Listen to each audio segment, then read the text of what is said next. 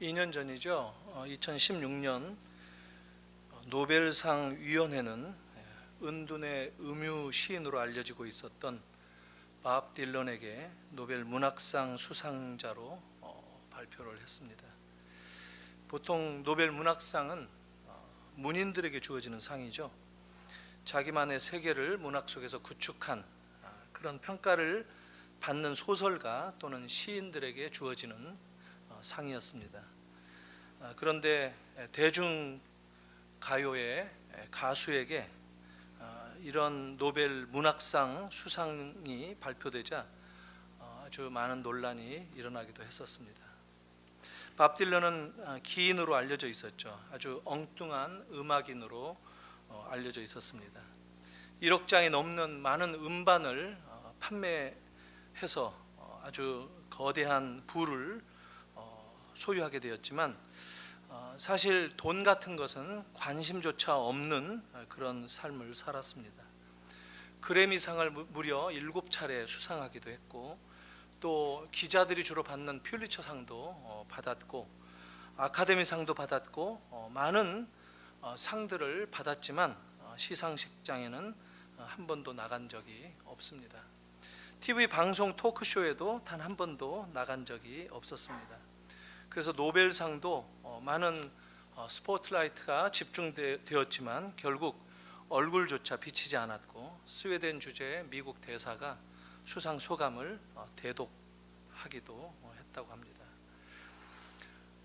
1960년대 초반 그가 뉴욕에 등장했을 때 아주 많은 운동가들이 열광을 했습니다. 동성애자들, 그리고 반전, 반핵 운동가들, 히피 문화 이 앞장섰던 운동가들, 심지어 무정부주의자들도 들썩거리면서 그를 그들의 수장으로 인정하며 반겼습니다.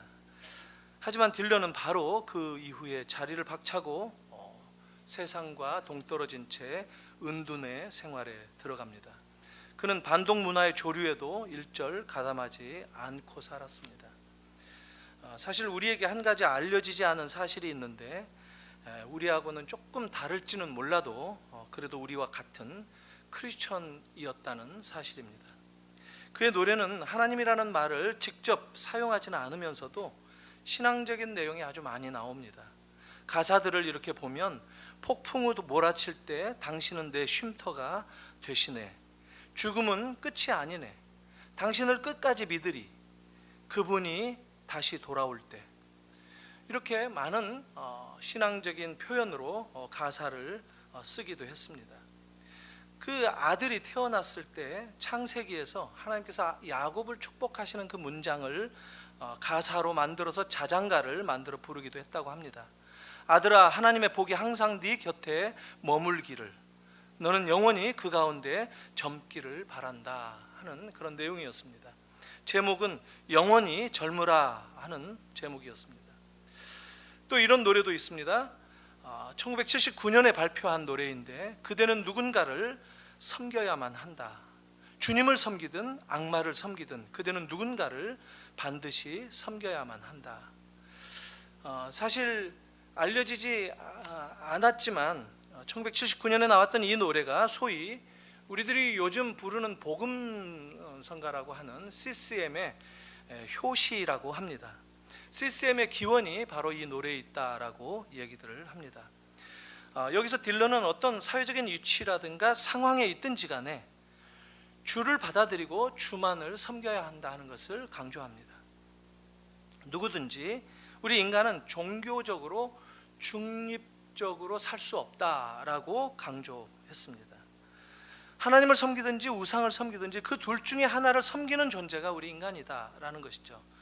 어떤 사람은 나는 아무것도 안 믿고 아무것도 안 섬긴다라고 주장하는 사람이 있을지 모르지만, 그 사람은 아무것도 섬기지 않는다는 그것을 붙잡고 섬긴다라는 것입니다. 오늘 이 성경을 통해서 우리가 확인하는 대로 성경도 일관되게 하나님만을 섬기라고 가르칩니다. 그것이 복 있는 첫 번째 계명이다라고 성경이 선언합니다. 그렇게 우리가 하나님을 섬기면 살고, 그렇지 않으면 결국 망한다, 결국 죽는다 하는 것을 성경이 일관되게 가르칩니다. 그게 우리 인간 존재다라고 얘기합니다. 그게 이스라엘이었다 하는 것이고, 오늘 그게 바로 성도들의 본분이다라고 얘기합니다. 이것이 하나님과 우리 성도들 사이에 형성된 기본적인 방정식이다라는 겁니다. 그런데 오늘 본문은 북왕조 이스라엘의 마지막 왕 호세아에 대한 이야기가 소개되고 있습니다. 17장 전부에 걸쳐서 이스라엘이 어떻게 망했는가, 왜 망했는가, 그리고 그들은 이제 어떻게 처지가 펼쳐지는가, 이런 것들을 다루고 있습니다. 바로 이스라엘이 무너졌던 이유가 하나님을 섬기지 못했던 우상 숭배 때문이었다라고 지적을 합니다. 하나님만을 섬겨야 하는 그들의 본분을 어기고, 그리고 또 어기고, 용서받았는데 불구하고 다시 또 미끄러지고 또 어기고, 그래도 돌이키지 않고 계속해서 우상을 섬길 때 결국 나라가 송두리째 무너지게 되었다 하는 그런 이야기를 다루고 있습니다. 북이스라엘은 남유다와 더불어서 갈라진 이스라엘이었습니다. 원래 솔로몬 때까지만 해도 하나의 이스라엘만 존재했었죠. 다윗의 왕국이었죠. 근데 솔로몬의 아들 여로보암으로 시작된 이 북이스라엘은 사마리아를 수도로 삼고 210년간 왕국을 이어가고 있었습니다. 그런데 210년 동안 내내 우상 숭배를 단 한 번도 예외 없이 계속해서 지내고 있었습니다. 그리고 오늘 나오는 마지막 왕 호세아는 다른 왕들에 비하면 조금 낫다라고 평가를 받고 있는데, 그럼에도 불구하고 그 정도로는 아무 소용없다라고, 다시 하나님께 돌아와야 되고 하나님만을 믿어야 되고 하나님만을 의지하며 섬겨야 하는 그런 일을 회복할 수 없었다라고 하면서 오늘 이스라엘의 멸망의 이야기를 다루고 있습니다. 오히려 오늘 말씀에 나오는 내용을 보면 아수르의 속국이 되었을 때 지금 나라가 어렵게 되었죠. 식민지로 넘어가 있는 그런 상황 가운데 있었죠. 하나님을 찾는 것이 마땅한데, 그런 상황에서도 하나님을 찾는 대신에 애굽 왕에게 기웃거렸다라는 이야기가 나옵니다. 애굽을 의지했다 하는 것이죠. 겉으로는 지금 아수르 왕 살마네셀이 호세아의 그 배반으로 인해서 이스라엘을 공격하고 호세아를 감옥에 가둘 뿐만 아니라 사마리아를 점령하고 많은 백성들을 북쪽으로 이주시키고 이스라엘을 완전히 역사에서 사라지도록 만들었다라고 나오는데, 진정한 의미로는, 역사적인 이유로는 이 아수르조차도 그저 이스라엘을 다루시는 하나님의 도구에 지나지 않는다 하는 사실입니다. 이스라엘의 문제는 영적인 문제였습니다. 역사는 영적인 문제입니다. 이스라엘은 그걸 몰랐습니다. 그걸 몰라서 결국 멸망의 길에 접어들었다 하는 겁니다. 그만큼 이스라엘의 왕들은 형편없는 인간들이 왕의 자리에 있었다 하는 겁니다. 그런 이스라엘의 왕들의 판단, 그리고 정치적인 처세, 외교술, 그리고 그들이 처해 있는 문제들에 대한 대응책을 보면 그야말로 허접하기 짝이 없는 왕의 모습을 보여줍니다. 영적인 관점으로, 신앙적인 관점으로 볼 때 그들은 정말 제로 상태였다라는 겁니다. 세속적이고 타락하고 우상을 섬기면서도 결코 하나님께 돌이키지 않는 그들의 모습을 열왕기 상하 내내 보여주고 있습니다. 선지자들의 말도 듣지 않고 결코 회개하지도 않고 개혁하지도 않고 나라는 끊임없이 다른 왕조에 의해서 뒤엎이는 그런 일들이 계속되었습니다. 210년 동안에 20명의 왕들이 북왕국 이스라엘을 지배했었습니다. 그 중에 7명이나 암살되었습니다. 칼을 쥐고 힘을 가진 군인들은 자기가 그냥 왕이라고 선언하면 되었던 그런 어두운 시기를 보냈었습니다. 이런 왕들, 왕이 아닌 짝퉁 같은 그런 왕들이 이렇게 나라를 다스리고 하는데 기준이 없고 하나님도 망각하고 우상만을 향해서 기웃거리는 이런 이야기를 들으면서 우리는 어떤 생각이 듭니까? 우리는 한편으로 도대체 왕들이 왜 저럴까? 이런 생각에 깊이 빠져들 때 어떤 생각에 다다르느냐면, 그러면 진정한 왕은 도대체 어떤 왕일까라는 그런 물음을, 그런 목마름을 더 느끼게 된다 하는 겁니다.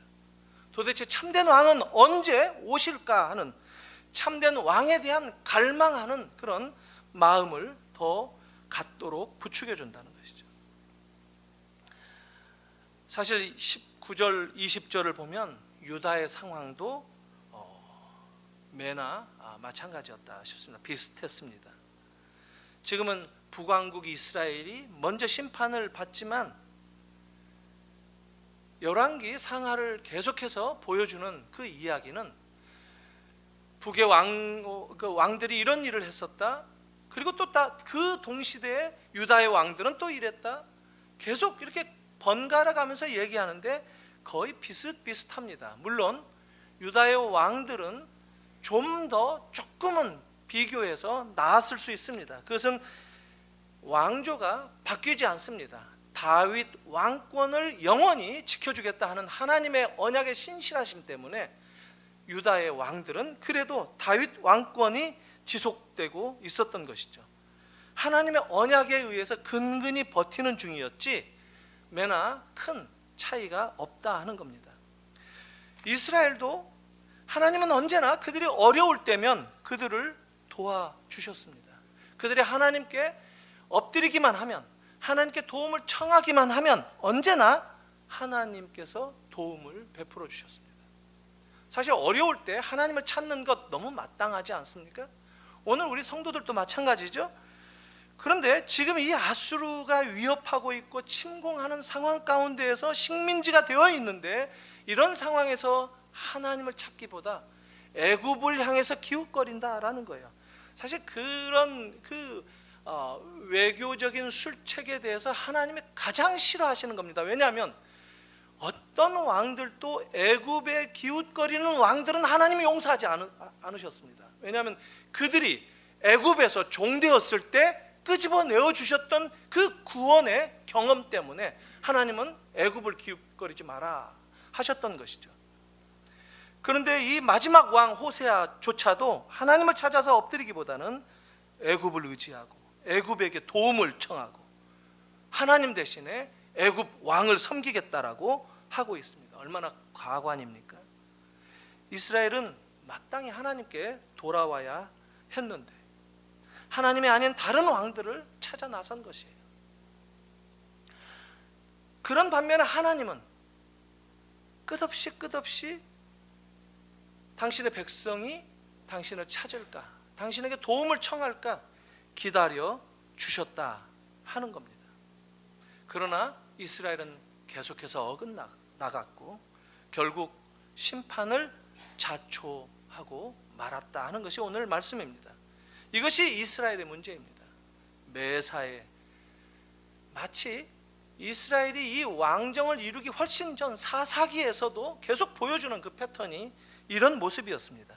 어렵고 위태로워지면 마땅히 왕이 하나님 앞에 도움을 청해야만 했는데, 그럴 때면 하나님은 기다렸다는 듯이 그들을 도와주셨습니다. 그들의 신음소리를 듣고 계셨던 하나님은 그들이 어려운 상황 가운데에서 부르짖기만 하면 구원자를 보내시고 그들을 일으켰습니다.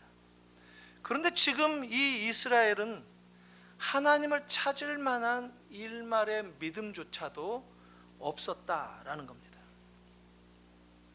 사실 주님은 당신의 백성들을 어떻게 해서든지 도와주시기 위해서 애를 쓰시는 이런 흔적들이 성경에 얼마나 많이 나타나는지 모릅니다.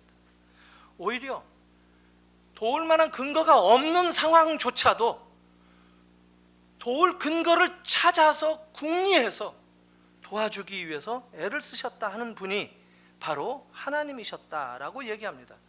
그러나 도와주고 구원해주면 그들은 다시 또 등을 집니다. 다시 또 하나님을 떠나갑니다. 언제 내가 도와달라고 했습니까? 하는 표정으로 등을 돌려 하나님을 떠나가는 것이 매번 반복되었습니다. 하나님 언제나 이런 대접을 받으시면서도 이스라엘에게 외면당하시면서도 그들이 돌이킬 것만을 기다리시면서 참고 또 참고 기다리고 또 기다려 오셨습니다.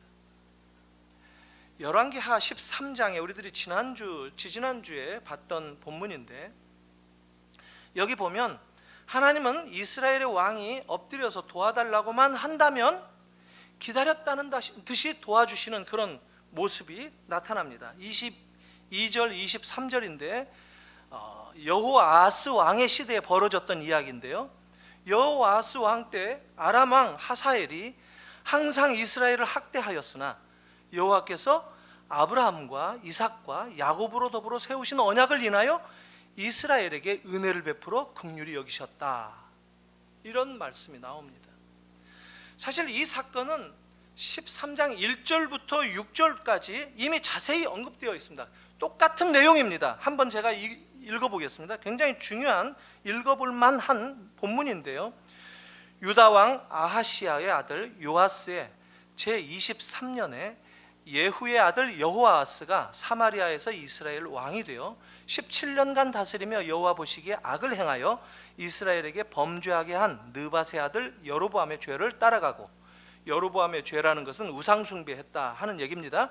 거기서 떠나지 아니하였으므로 여호와께서 이스라엘에게 노하사 늘 아람 왕 하사엘의 손과 그의 아들 베나닷의 손에 넘기셨더니 아람 왕이 이스라엘을 학대함으로 여호아하스가 여호와께 간구하며, 이제 이 여호아하스 왕이 여호와께 간구했다 하는 얘기가 나옵니다. 여호와께서 들으셨으니 이는 그들이 학대받음을 보셨음이라. 여호와께서 이에 구원자를 이스라엘에게 주심에 이스라엘 자손이 아람 사람의 손에서 벗어나 전과 같이 자기 장막에 거하였으나 그들이 이스라엘에게 범죄하게 한 여로보암 집의 죄에서 떠나지 아니하고 그 안에서 따라 행하며 또 사마리아의 아세라 목상을 그냥 두었더라. 이스라엘이 지금 아람 왕 하사엘의 손과 그 아들 베나닷의 손에 어려움을 겪고 있는데, 하나님께서 이것은 우상 숭배에 대한 노를 바라시는 그런 내용이었다라고 성경이 얘기합니다. 그런데 이스라엘이 학대당하고 어려워할 때 그 왕이었던 여호아하스가 여호와께 간구했을 때 하나님은 들으시고 구원자를 보내셔서 이전과 같은 상태, 압제를 벗어나서 평안하게 자기 장막에 거하는 일상의 삶으로 돌아가도록 구원해 주셨다라고 얘기 나옵니다. 그런데 그 이후에 어떻게 되었느냐 하면 이스라엘은 정작 우상 숭배의 죄에서 떠나지 않고 여전히 사마리아 그곳에 아세라 목상을 두었다라고 합니다. 하나님은 정작 그들을 구원해 주시는데 그들은 구원해봤자 소용없이 다시 우상 숭배로 돌아서 버렸다 하는 얘기입니다. 하나님이 그 여호아하스가 도움을 청할 때 어떻게 반응을 하셨느냐면 마치 기다렸다는 듯이 도울 수 있는 근거를 찾아서 도와주십니다. 도울 만한 싹수가 사실은 그들에게 없었습니다. 그런데 하나님은 어떤 근거를 찾으시느냐면 아주 오래전에 지금 유다 왕국에 대해서 다윗 언약이 지속되고 있는 그 시대인데 북이스라엘의 이런 우상 숭배에 대해서 어떤 근거로 도와주겠는가 하실 때 오늘 아까 읽었던 그 22절 말씀처럼 아브라함과 이삭과 야곱의 언약을 기억하시고 그 언약을 끄집어내서 그걸 근거 삼아서 도와주셨다 하는 겁니다. 하나님은 이스라엘을 도우시기 위해서 어떤 근거로라도 찾아서 도와주시기를 기뻐하시는 그런 분으로 나타나고 있다라는 겁니다. 지금은 사실 어떤 면에서 보면 모세 율법이 지나고 다윗 율법이 다윗의 언약이 진행되고 있는 상황인데 고립작 시절에 맺었던 그 이스라엘의 언약을 기억한다라는 겁니다. 이게 뭐냐면 어떻게 해서든지 하나님은 이스라엘을 도와주시려고 별별 근거를 다 동원해서 지금 도우신다라는 겁니다. 이게 바로 우리의 하나님이시다라고 성경은 얘기합니다. 그런데 이스라엘은 어떻습니까? 도움받고 난 뒤에 다시 하나님을 배반합니다. 하나님을 등 돌려서 떠나가 버립니다. 내가 언제 어려웠던 적이 있었느냐라는 표정으로 지금 자기 갈 길을 가버립니다. 여호아스 왕은 사마리아에 아세라 목상을 그대로 두었다라는 얘기는 계속 섬겼다라는 겁니다. 이럴 때 하나님은 어떤 마음이셨겠습니까? 이런 이스라엘의 모습은 또 생각해서 연결해 보면 우리들의 모습은 아닙니까? 우리들도 종종 그렇게 하나님을 찾을 때가 얼마나 많습니까? 하나님, 제가 지금 힘듭니다. 제가 지금 죽게 생겼습니다. 이번 한 번만 도와주신다면 제가 하나님 앞에 이제 평생 떠나지 않고 말씀대로 순종하며 살겠습니다 라고 모든 공수표를 남발하다가 문제가 해결되면 까맣게 잊어버리고 옛날로 되돌아가 버리는 때가 얼마나 많습니까? 아들만 좀 결혼시켜 주시면 원이 없겠습니다, 뭐 이런 기도하는 권사님들 많이 있죠. 어제 우리 권사님 그 아들 결혼했는데 이것은 특정 그 사건과 전혀 무관한 말씀입니다. 우리가 그렇다는 거예요. 근데 그게 뭐 답니까, 우리 인생이? 그럼 기도 제목이 이제 더 이상 안 나옵니까? 아니에요. 매일매일 하나님을 의지하면서 사는 것이 우리의 인생입니다. 매일매일 하나님만이 우리의 주인이다라고 고백하는 것이 마땅한 우리 인생의 본분이다라는 겁니다. 근데 그것을 망각한다는 거예요. 그것을 잊어버렸다는 거예요. 이스라엘과 우리는 어쩌면 많이 닮은 꼴이 아닌가 싶습니다. 정확하게 표현하면 이퀄입니다. 똑같다 하는 겁니다. 그럴 때 하나님은 얼마나 씁쓸해 하실까요? 하나님은 우리를 사랑하신 그 대가로 팽당하시기를 수없이 반복하시는, 그리고 그런 상황에서도 다시 도움을 청하면 손을 기다렸다는 듯이 내미시는 그 하나님, 그 하나님은 얼마나 참 초라하시고 약해 보이시고 얼마나 쓸쓸해 보이는 그런 하나님인가, 이런 생각이 들어요. 우리와 하나님 사이에 늘 반복되는 모습이 그런 모습이다라는 거예요. 어떤 면에서 보면 정말 하나님은 우리를 사랑하시는데 바보같이 사랑하신다라는 거예요. 좀 불경스럽더라도 표현을 해보면 하나님은 바보같이 우리를 사랑하신다. 마치 힘없이 초라한 일방적인 짝사랑을 하듯이 마음 아파하면서 사랑하시는 그런 모습과도 같다, 이렇게 보여집니다. 그런데 이런 하나님의 바보 같은 사랑을 계속 묵상해 보니까 그 바보 같은 사랑이 어느 순간 이것이 진정한 사랑이구나, 이것이야말로 위대한 사랑이구나 하는 이런 생각에 다다르게 됩니다. 언제나 하나님의 사랑을 무용지물로 만들어버리는 이스라엘을 사랑하시는 그 하나님의 사랑은 늘 낭비되는 것 같고 늘 허비되는 것 같고 늘 맨바닥에 쏟아버리는 물처럼 그렇게 소용없는 사랑 같지만, 하나님은 왜 이렇게 이스라엘을 끝까지 사랑하시는가? 그 이유를 생각한다면 그 하나님의 사랑이 정말 진짜 사랑이구나, 위대한 사랑이구나 하는 것을 깨닫게 됩니다. 하나님은 왜 당신의 사랑을 쏟아 내버리십니까? 하나님은 왜 이렇게 허비하시고 배신할 줄 뻔히 알면서도 하나님이 왜 모르시겠어요? 이스라엘이 떠나갈 줄을 왜 모르시겠어요? 모르실 리가 없죠. 그런데도 불구하고 그런 반역하는 백성들을 하나님은 도움만 청하시면 손을 내미시고 사랑하신다는 거예요. 정말 바보 같은 사랑을 하신다는 거예요. 그런데 사랑하는 성도 여러분, 이게 보면요, 하나님의 이런 바보 같은 사랑 때문에 오늘 우리가 이 자리에 있는 겁니다. 오늘 우리가 이 자리에 있는 그 이유가 그런 바보 같은 하나님의 사랑 때문에 우리가 이 자리에 있을 수 있다는 거예요. 만약에 하나님의 사랑이 똑똑하고 하나님의 사랑이 계산적이고 하나님의 사랑이 치밀하게 따지는 사랑이라고 한다면 오늘 우리들은 이 자리에 있을 수 없었을 겁니다. 하나님은 우리가 행한 일들을 다 기억하시고 다 일일이 따져가지고 너는 이것 때문에 사랑받을 만 하겠는가? 너는 이런 죄도 짓고 이런 상황에서 이렇게 처신하고 이렇게 잘못했는데 하고 낱낱이 우리의 모든 죄를 기억하신다고 한다면 우리를 받아주실 리가 만무하다는 거예요. 그런데 하나님은 그렇지 않으십니다. 하나님은 또 속을 망정, 속을 줄을 뻔히 알면서도 우리를 사랑하십니다. 이 하나님의 바보 같은 사랑 때문에 우리가 오늘 여기에 있습니다. 좀 지나갔는데 SBS에선가 길라임 나오는 드라마가 있었죠. 시크릿 가든이라고 하는 건데 거기서 나왔던 주제가 가운데 이런 바보 같은 사랑에 대한 내용이 있었던 것 같아서 한번 인터넷 검색을 해봤습니다. 그래서 그 가사를 한번 좀 적어와 봤습니다. 백지영 자매님이 부르는 그 여자라는 노래인데 한번 좀 들어보십시오.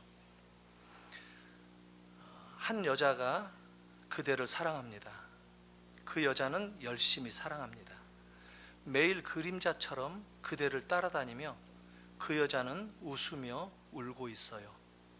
얼마나 더 너를 이렇게 바라만 보며 혼자 이 바람 같은 사랑, 이 거지 같은 사랑 계속해야 네가 나를 사랑하겠니? 조금만 가까이 와, 조금만 한 발 다가가면 두 발 도망가는 널 사랑하는 난 지금도 옆에 있어 그 여잔 웁니다. 하나님이 마치 그 여자와 같아요. 하나님의 사랑은 어느 순간 바보 같습니다. 바람 같은 사랑입니다. 거지 같은 사랑을 합니다. 배신당할 것을 뻔히 알면서도 다시 사랑해 주시는 하나님의 사랑은 바보 같은 사랑이다 라고 얘기할 수 있습니다. 그러나 하나님은 그냥 바보가 아닙니다. 하나님은 왜 그러실까 생각해 보면 오히려 우리의 똑똑한 사랑을 꾸짖기 위해서 선택하신 그런 바보 같은 사랑을 행하신다 이런 생각이 듭니다. 우리는 잘났기 때문에 잘나려고 애를 쓰기 때문에 그런 바보 같은 사랑 안 합니다. 그런 사랑 싫어합니다. 우리는 그런 사랑 잘 못합니다. 그런데 하나님은 왜 그런 사랑을 하시느냐면 그렇지 않으면 우리 같은 죄인들을 변화시킬 수 없기 때문에 하나님이 그런 사랑을 하신다는 거예요. 우리가 거지 같은 사랑을 못하니까, 우리가 바보 같은 사랑을 못하니까 우리는 변하지 않는 거예요. 우리는 계산하고 따지니까 그런 사랑을 못하는 거예요. 사도 바울은 이것을 정확하게 깨닫고 고린도전서 1장에서 이렇게 얘기합니다. 십자가에 못 박힌 그리스도를 전하는 것, 복음을 전하는 것은 유대인들에게는 꺼리끼는 것이지만 그리고 이방인들에게는 미련한 것이로되 오직 부르심을 입은 자들에게 그리스도는 하나님의 능력이요 하나님의 지혜니라. 하나님의 이 사랑, 이것이 따지고 보면 하나님의 능력과 지혜가 거기에서 나온다라는 것을 고백한다는 거예요. 하나님의 이 바보 같은 사랑 가운데에서 하나님의 비상함이 번뜩인다라는 것을 우리가 알아야 된다는 거예요. 우리는 그런 사랑을 못하죠. 그래서 우리들이 종종 하는 말들이 뭡니까? 누구를 바보로 알아? 너 나를 뭘로 생각하냐? 누구는 자존심도 없는 줄 알아? 왜 이따위로 나를 대해? 이게 우리들의 종종 하는 말인데 이런 말들은 사실 하나님의 바보 같은 사랑을 경험해서 구원받은 사람들이 할 말은 아닙니다. 우리는 그래서 하나님의 사랑을 제대로 깨닫지 못하는 거예요.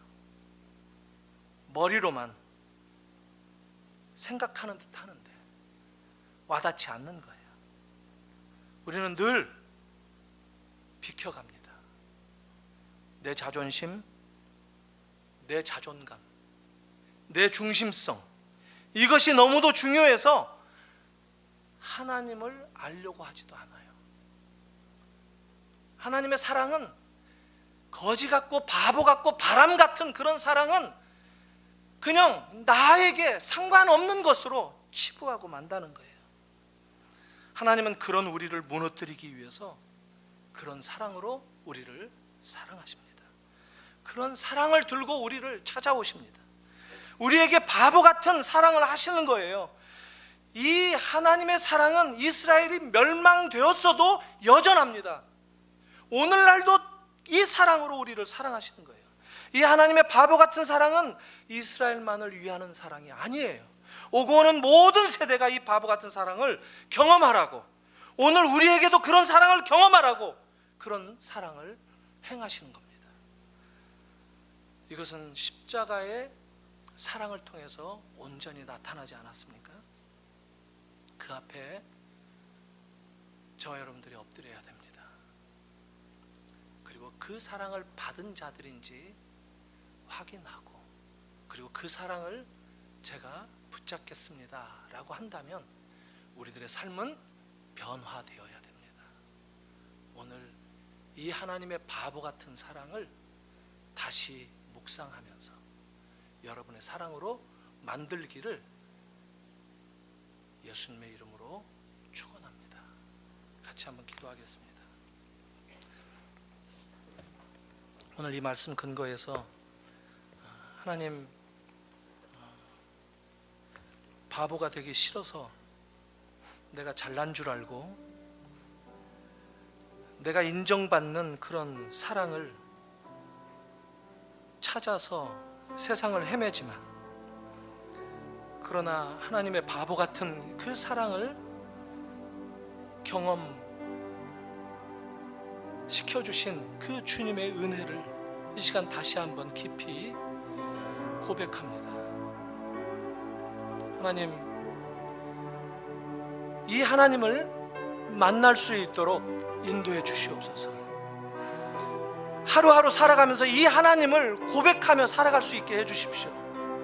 하루하루 살면서 이 하나님의 바보 같은 사랑을 경험할 수 있는 삶을 살게 해 주시옵소서. 이 시간 하나님 앞에 우리들을 고백하면서 기도하는 시간 갖겠습니다. 같이 기도하겠습니다.